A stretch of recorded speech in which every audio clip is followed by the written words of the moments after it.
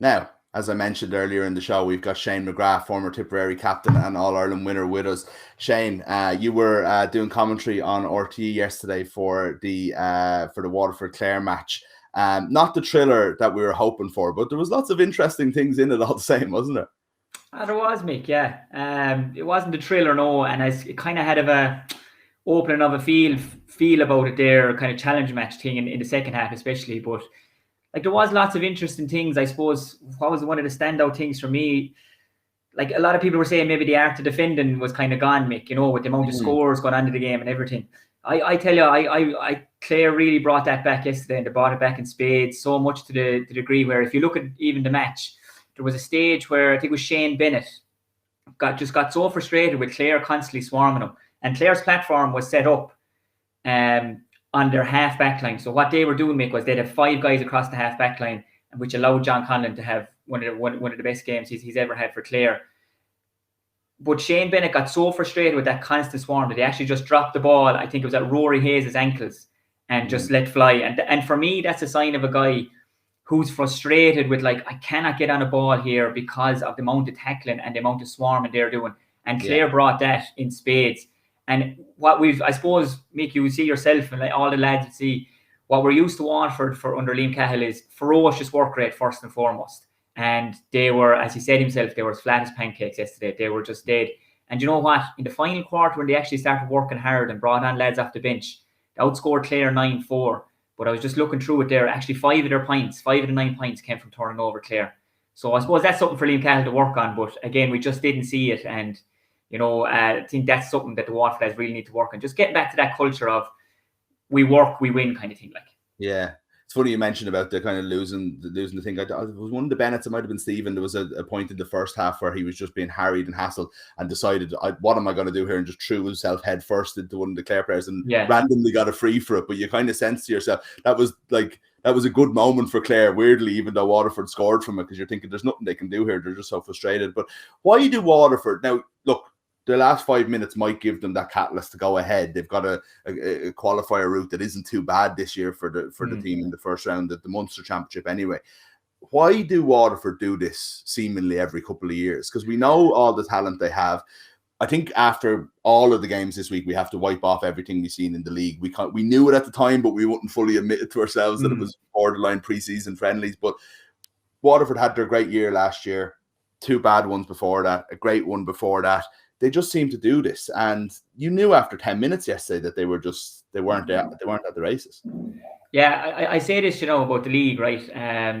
Someone said to me before, the league now was as useful as a handbrake in a canoe, I think, this year to a lot of people, because like, what did some players really get out of it? They might have got on, maybe pushed themselves onto the 26, but you even take, especially 1B side of things, there wasn't really big tests in it, like, and some teams got. Some teams got out of it, and maybe other management said, "Oh, look, this lad's actually in my top 20." But the league is the league, and me and you couldn't sit here, Mick, and we'd name the last 20 years who won Liam McCarthy. We'd struggle to name who won the league for the last 5 years, and I think that's what it comes down to. Players want championships, like so. I think the Waterford thing yesterday, to be fair to them, right, and I think Cahill has done a super job in creating that kind of culture of team first.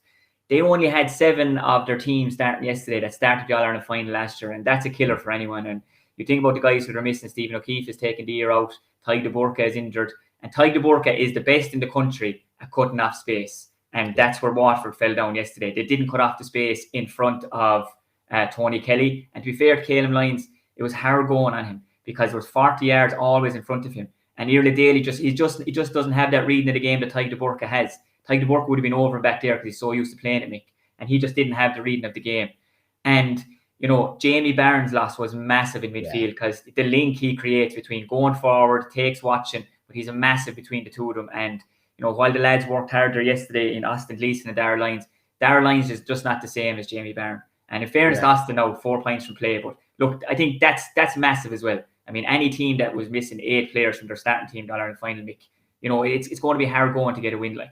And it's 100% fair enough. And it's one of those things that, like, it mightn't have been taken into account enough when people were doing some of their predictions for the game and different things. Obviously, Clare were missing Shane O'Donnell and stuff as well. But in terms of Waterford missing all those players, it's a massive deal. And I don't mean to in any way you know, you can't really lose Jamie Barron and Tadhg Burke and even Stephen O'Keefe out of a hurling Yeah. team and have a massive effect on you. But it doesn't fully excuse them not showing up. Do you know what I mean? There is a difference there, isn't there, in not playing well because you don't have the players and not. Yeah. Effort is the wrong word because you know they're trying everything. They're trying too hard, if anything, but they're not. They didn't show up to their potential. They were beaten really early in the game. It felt to me anyway. There are. No, you're on the money there. Like, and I think that's where the kind of the frustration came from Liam Cahill, and even Mikey Beavens was kind of at the far side as well of the pitch, roar messages in, which, you know, at the good for times I got to see them last year as well. You didn't really have to do that as much because it was just happening on the field from they were putting in that effort, but there wasn't that work rate there yesterday. Like, and I mean, you look at the first quarter, Clare 7 points to 3, but Clare had 9 wides in the first quarter. It could have been 14, 15, 3. Like, there was no pressure being put on the Clare half back line. And Conlon had a massive game now, don't get me wrong, but there was no pressure being put on the ball being delivered in. And, like, you know, Caleb Lyons inside, well, he was a frustrated figure, and Conor Gleeson back there as well. But, like, what can you do, Mick, if lads out the field are getting time to get their head up, and in a pitch like Semple Stadium, it's so wide, the grass is so nice, and they're just bouncing that ball in front of him.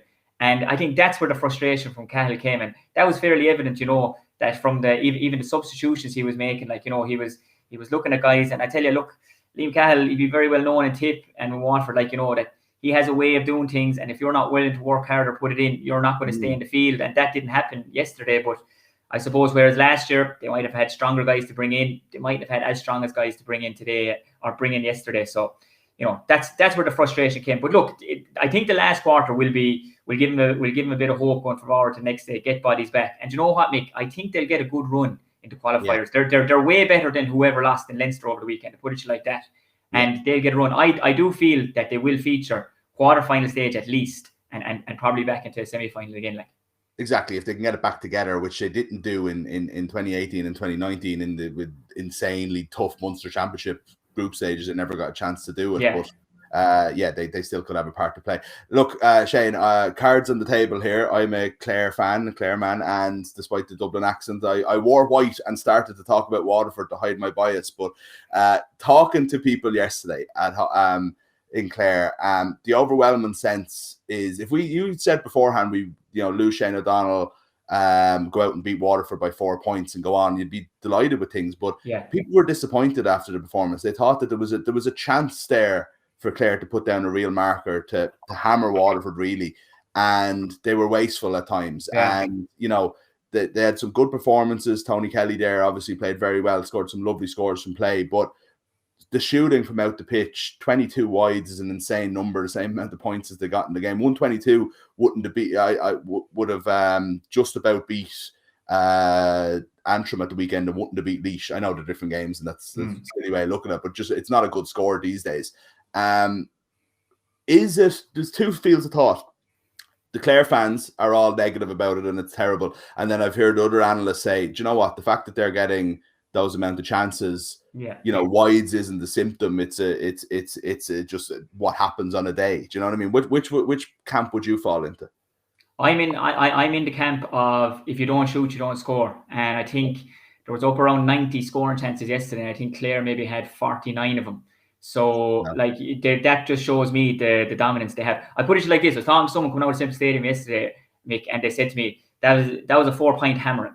And I think that's the best way to put it. Like, it was a 4-point hammering. Like, 4 points, Clare were way better. 118 to 12 points coming into the final quarter. Waterford bring the guys off the bench to get 4 points from play from their bench. Bench was brilliant now for Waterford yesterday.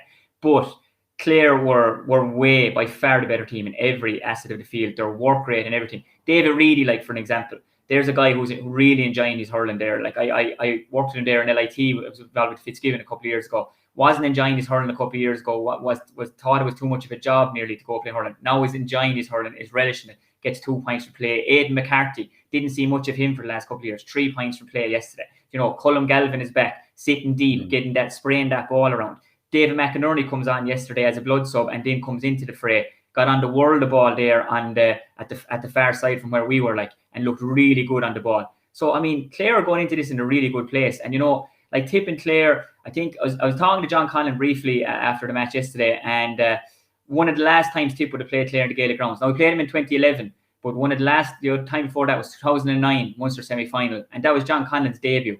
And we've played 5 times since. Tip have won 4, Clare won 1. Remember 2018 there, the balls were hitting the post at either side in Simple Stadium, and Clare go through and Tip go out. But there's never nothing between them. I think there was a kind of a bad bit of rivalry there, Mick, for a few years in the late 90s, especially, when we were like, especially 97, the All-Ireland final, and Genie down around Ballina, Killaloe, you'd be afraid to cross the bridge there in case something was going to happen either side. But like, what I feel is that Clare going into this Tip will probably still be slight favourites. But I'd say, Clare going into it in a great place, as you said. They have all their best players back in the field now. I'm not sure what Shane O'Donnell's story will it be too soon, but with concussion he could be back, and Dave McInerney being back is massive. Conor Cleary was good yesterday. I think Rory Hayes has been outstanding for Clare this year so far. I was at a couple of league games, especially up in Parnell Park against Dublin. He was brilliant. He was brilliant that day. He was brilliant yesterday as well. He really was. He knows his job, Mick, and he does his job very well. Diarmuid Ryan's not afraid to scored a point from play, and as I said, the aforementioned Tony Kelly 112 yesterday. If do you go man marking him? Like Tip's man marker for Tony 2 years ago, if you remember, was Brendan Maher. So will they do the same? I don't know. But it's all the one, Mick, who man marks him if you don't cut off the space in front of him. Because if he has space, you could have 3 lads on him with cattle prods and everything trying to bring him down. But it's a waste of time, because if he gets the ball in space, he's so good. Left, right, his agility, the way he just glides across as well. And even the last point he got from play, Mick, yesterday was class. It was probably the closest point he got all day. But he really had to sharpen the grip. Flicked it over, Clare 4 points up, and really, really says game over. Like, so, yeah. There's a part of me with Tony Kelly that thinks like, have I not enjoyed him enough, I suppose. Like, he's still only 27, he's got years to go. But one of the things in the last couple of years is seeing him inside and coming towards the ball is just something we haven't seen enough of him in his career. And it just seems to have given him that lease of life. He doesn't have to be in there the whole time, but when he is, you just get an extra bit of Tony Kelly, don't you, that we just haven't seen enough of. Yeah, where does he do most of his hurling for Ballyhay? I suppose out around midfield. But Ballyhay would play around Tony, like all good club teams do. Like Ballyhay will do with TJ. You play around him, you give the ball to Tony if he can shoot, and if not, you try and solo and you still give the ball to Tony. So it's like, in fairness to the Clare boys, they know that they have a class act in Tony Kelly, and they're willing to maybe sacrifice a bit of their game to get Tony Kelly on the ball. And he's like, even his interview after the match yesterday, listen to him, he scored 112, 5 points from play. Any lad would just be delighted with 5 points from play. But he said, I left 4 or 5 behind me. Like, Tony Kelly could have scored 118 yesterday. He had a couple of uncharacteristic wides, even by his standards, even missing a free or two here and there. But he's just a class act. I love the way Shanahan and himself play together. I think potentially that's serious. Like, it's funny, isn't it? Funny that Aaron Shanahan didn't score from play yesterday, Mick. He could have scored 3-4 if the shooting boots were on, So, but I loved the point they got, the link play that they had, the understanding they had with each other. Shanahan touched it down. He knew Tony Kelly was coming, just popped it off to him. Tony Kelly off his left-hand side over the bar there in the second half. So I think they have serious potential of being really good together. But, what will Tip do with him? I don't really know. As I said, you have to mark the space, cut off the space in front of him if he's inside. If he goes out the field, then, it might be a little bit easier to mark him out the field, Mick. Just the way the 2 half-forward lines would play in the midfield. You'd have 13 or 14 bodies rather than 1v1 inside the 45, because 1v1 inside the 45 against him, no, you're not going to win that. Yeah, absolutely. Can I talk about John Conlon a little bit, and we'll get back to the Tip match briefly. But he played centre-back as he has throughout the league. Played a very, very good game. Was an extra man yesterday, was a sweeper. And it's funny, one of the lads who has a much better memory than me pointed out to me last night that we did an interview with Conlon after the Leinster final in 2019 when Wexford beat Kilkenny. A separate interview about his thing, and he talked a little bit about the sweeper role that he was having to deal with at the time as a full forward, not be in. And he just gave some very interesting quotes. Remember that Pádraig Walsh set very deep, kind of almost behind the full back line in that match, and it didn't really work out. But it was just interesting that Conlon said at the time, you need to cut out and read the game to help out the defence, especially when you have a sweeper. A cornerback just needs to get it down and get it to the ground. I would have been very critical of the Kilkenny sweeper, Pádraig Walsh. Wexford targeted hitting the ball down the middle. That's where Pádraig Walsh can't be going up for the high ball. That's what Wexford want him to do. He needs to read the break. The sweeper needs to protect the D and be 25, 30 yards out, cutting out those deliveries, getting to the breakdown and covering the goal threat.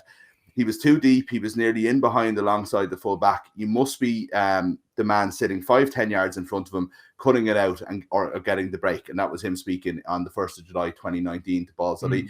Now, it shows to me, just a thought process that man has, that like he never played in that position. He's been a forward as long as I've watched him hurl anyway. I know he played there once or twice for Clare, but he's also, it's exactly what he did yesterday, didn't he? He got he was there for the ball when it was into space, when it was like his ball to win, but he was also the amount of little, I remember Dermot Ryan had like a flick at one stage, like a borderline ground ball, which you just don't see players do anymore, and that's because Conlon was there to wipe it up, and he was there to defend the goal when he needed to be as well. He got a great block later on. Like, he just had one of those games where he played that role to perfection.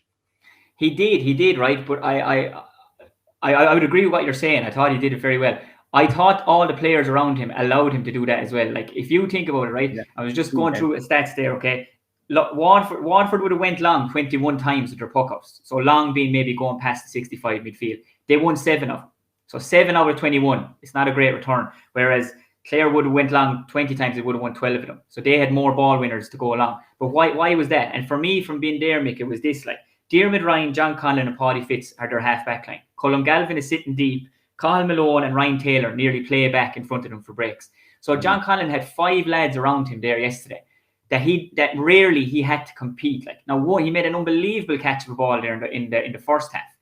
But if you look at it, he's usually back in space, left or right, because you have 5-6 bodies there that are working really hard, and he is a serious distributor of the ball. And like, talking about yesterday, people, he was a forward before, so therefore he knows the type of ball that they want in. But you remember that pass was like Tom Brady-esque over the top to Aaron Shanahan there in the first half. Shane Fives just gets the sin bin. Like, that's some vision and some strike of the ball. But that's also a lad hurling with confidence. Because if you're not hurling with confidence, you're not taking that on. And that's what John Conlon was doing yesterday.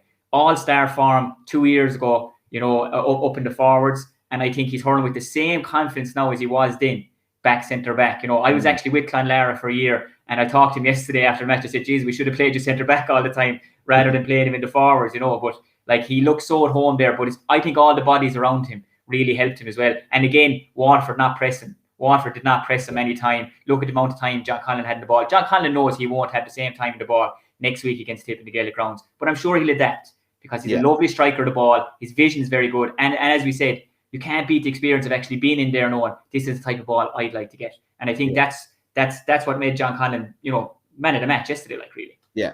I suppose that my thing is, like, it clearly shows that they think about it as a team as well. Like, it's not a one-man job being a sweeper. It's just part of the system. You will be the one who ends up on all the ball, but you're not going competing to make it a 2-on-1 or anything like that. You're there in the right place at the right time. And it's a harder job than it looks sometimes, I think, as well. What about then? So Clare and Tip, we've some of the other games to briefly talk about before we go, but there's a sense in me that if Tip's forwards fire in a way that isn't as guaranteed as it would have been 2 years ago, was that fair to say? Then Clare could be in trouble. But do Clare play 7 backs? Do Tip probably only play 5 forwards? Really, the way they've been playing it, the matchups, the potential matchups for this one are intriguing, really. They are, yeah. And I think what Tip have gotten out of the league, Mick, is that they have a really, really solid backline now. You potentially be looking at maybe Barrett, Pádraig Maher, and Barry Heffernan. Really good, solid full backline. Then we're looking at maybe Shamie Kendi, Brendan Maher, Ronan Maher, potentially. So it's the backs. It's a really, really solid backline, and I'm sure Liam Sheedy, you don't want to be conceding. And in fairness to that group of backs, when they play together, they don't want to be conceding. I suppose the question for Tip is, from there up, where do you play people? Because the Bonner thing is a big factor. You say, if you take one for 2 weeks ago, Tip would have played him in the league and just didn't have that work rate, maybe that intensity, that ferociousness in the half-forward line, which they might get from Bonner. Also, Niall O'Mara was out with appendicitis. He had to get his appendix removed as well, so he was missing. He brings a work rate and intensity. What do you do with Dan McCormack? Because he does bring that work rate and intensity, but is his best placed midfielder half-forward? So, I could name off 7 or 8 Tip forwards for you there now. But you can have all, really, really good hurlers, but you do need that ferocious intensity and work rate. And we seen yesterday at Waterford, they didn't bring it, and Clare destroyed them. So Tip will be like, where will Noel play? Will Bubbles play? Shamey will probably be in, John McGrath hitting form again. Jason Ford will obviously be on the team. Jake Morris, will he feature? But what I'm saying is, you do need that dog. You need, out of the 6 forwards, you need 1 or 2 guys to say, all I'm about today, my scores today are going to be hooks and blocks. That's my scores. And, in fairness to Sheedy, he gives massive credit to the guys who do that. No more so than Liam Cahill, no more so than Brian Lohan. Mightn't get the 7, 8, 9s on the paper, Mick.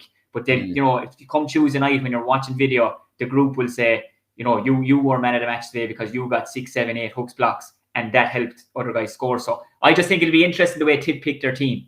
I think, Liam has a fair idea of his top 20, but how he lined them out will be very, very interesting with the way Clare played at the weekend, Mick. But with not being biased, my heart obviously says Tip, but I just think we're got all our best players back on the field, and I know the boys like playing the Gaelic grounds. It's been good to Tip over the years. Even to go back to 2016 was their final massive win against Waterford there. So I do think that the Tip boys I do think they'll win at the weekend, yeah. Yeah. Be interested to see how the 70 minutes championship intensity versus the fresh legs, that you never really know. There's always whoever wins, it's always that's the reason, do you know what I mean? But it changes every year on that one. But it's weird. We don't have time to go into it now, but it's so weird that you mentioned the dog in the defense, because one of the topics I was going to have, and I didn't think we had time for, was I thought that Cotton Malone played very well in the first half yesterday. I was thinking he's one of those players that the Clare fans always give dogs abuse to, but managers love him and teammates love him. And I think Dan McCormick is probably that player for Tip. And it is that one. There's always a player or two on every team, as you said. They don't get the 7 or 8 9s in the paper. But if a manager is if different managers are consistently picking the same players, we should probably accept that we probably don't see that the work to do. Yeah, that's it. And even Tori Kelly said it yesterday. geez, lads, do you think you just pluck John Conlon out of centre back for the crack and throw him in there and never played him in training? Sure, he's obviously flying in training and internal games at 6 as well, and obviously doing a super job to play him there. But yeah, you're dead right. I think all the successful teams need a couple of guys that do sacrifice their game a small bit for the team. And at the end of the day, the team wins, everyone wins, and that's what it's all about. But you need a couple of guys to do that. Look at Colin Malone yesterday, Mick. He doesn't get credit for it. Austin was going through off the Hurley, went wide. But, if Colin Malone didn't make the selfless run to get back and just put a bit of pressure on him, he would have slotted over the bar, no bother, brought it back to him, I think 3 points at the time. But that's what Colin Malone does for you. And as I said to you, you mightn't get the all-stars for it. But you know what? You'll get the respect of the group. And I think that's what a lot of guys want. And now he has his team through to the next round. And look, that's a massive win for the group. Absolutely, yeah. Before we go, the Dublin Antrim game, I think, sadly, I kind of think we sort of saw it coming with Laois a little bit, given how they were kind of performing the league, and they're in a kind of a regrouping point. But we probably thought there was more coming from Antrim, and I wonder did we see the difference in, as Darren Gleeson mentioned, you saw him on the Sunday game last night, saying championship and league, very, very different thing, and different again to the Joe McDonagh. But for me, there was Dublin. You're talking about all the best players being back. It felt like Dublin had that spine again that we haven't seen in a couple of years, of lads on fire as well, with a couple of new guys kind of coming through. And I wonder, while all the talk was about Antrim coming into it and how far they've come, and they absolutely have, and it shouldn't be underestimated, were Dublin one of the teams that we shouldn't take their league form too seriously, and that they beat Galway only 2 years ago and knocked them out of the championship, Yeah, I tell you, I made a call during the week. I actually really thought Antrim had a chance in this, and I got dogs abuse on Twitter over it. But look, what do you do? For me, what it was, I was actually in Port Laois 2 years ago, Mick, when Laois turned over Dublin, and maybe they just didn't foresee it coming. Laois were after winning the Joe McDonagh. It was on in Port Laois. There was a massive crowd there. There was a football match on before, and there was a real good field factor. Eddie Brennan was involved. And that just drove them over the line, and they got a massive win. And I know that would have really hurted Matty Kenny, as a successful guy coming in while he did a cooler. I think there was no cat. The cat was out of the bag basically for Dublin going in facing Antrim Saturday. They knew what they were going to bring. Antrim could afford to rest guys in their last league game against Laois, because they had done so well getting a draw against Wexford and beating Clare. So Dublin knew what was facing them, and I'd say they would have learned an awful lot and have a lot of hurt there from losing to Laois in 2019. And I think they learned an awful lot from that. Antrim, it just didn't happen from yesterday. 22 points, 15 of the points come from Kieran Clark and Neil McManus. So Darren would be saying to the rest of the group, look, lads, we can't depend on 2 guys up at Liam McCarthy level. You probably will. Kieran Clark and Neil McManus probably win you most matches in the Joe McDonagh Cup. And that's with all due respect to the Joe McDonagh Cup teams. But it won't win you. Two players for a team like Antrim won't win matches at Liam McCarthy level.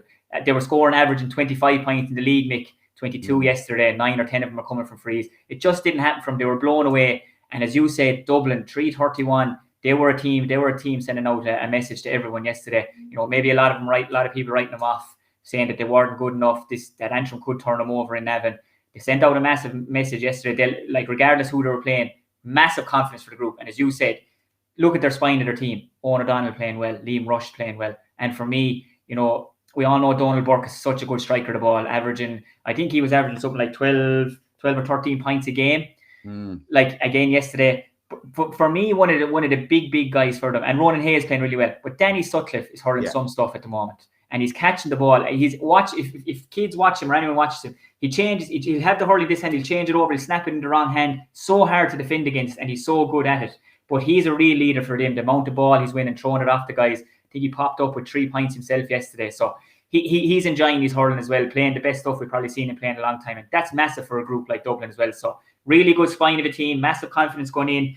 But I think Galway are on a revenge mission from 2019, Mick, from what happened with the score difference in Parnell that day. And that's still fresh in a lot of their minds. So I'd say that's definitely going to be said in the dressing room this week amongst the Galway guys who've been there for a few years anyway. Yeah, they definitely won't be taking them lightly. But that is the thing this weekend. There's three semi-finals on the Saturday. We've got Tip and Clare on the Sunday. Cork and Limerick. It's sneaking up on us. When we talk this time next week, Shane, we'll know who they're in the Leinster and Munster finals. It'll only be 2 weeks of the championship gone. It's all going to happen very bloody fast this summer, and teams will get left behind. You'd almost think it'll just happen and you'll be gone. And it's a weird one, isn't it? It's very weird to think there were so many. And games. The calendar is hectic, Mick, isn't it? If you lose next weekend, you'll be out in qualifier 10th, 17th, quarterfinal 24th, All Ireland semi-final. There's no break. Losing next week means you're out. Bang, bang, bang, bang, bang. Winning next week, and you have a break of 2 weeks to reset, refresh, look forward to a provincial final. So next week it is massive. This weekend, let's be fair to the Wexford Laois match and the Dublin Antrim match. They were grand. There was one real championship match, I'll call it, really, in my opinion, Waterford and Clare. Clare are a much better team. Hopefully next weekend now we've 4 semi-finals. Hopefully we'll get a couple of humdingers out of that, and we'll get the championship going. And as we're all saying, Mick, let's get bums back on seats as well. There was more people at Mass yesterday morning around here than there was inside the Thurles watching Waterford Clare. So hopefully hopefully that'll happen. Not helped by a double header in Portlaoise, I have to say, on Saturday for the Leinster semi-finals, which isn't ideal, I would say, considering that's even having the measly allocation as it is. But sure, there'll be more on that, I'm sure. But Shane, thanks. That was brilliant to chat to you. And I think I'll have to put a time limit on these conversations because we'll have 4 real matches to talk about next week. I've gone miles over on just one this week. No bother. Sign of a good chat, Mick. Thanks a million, Shane.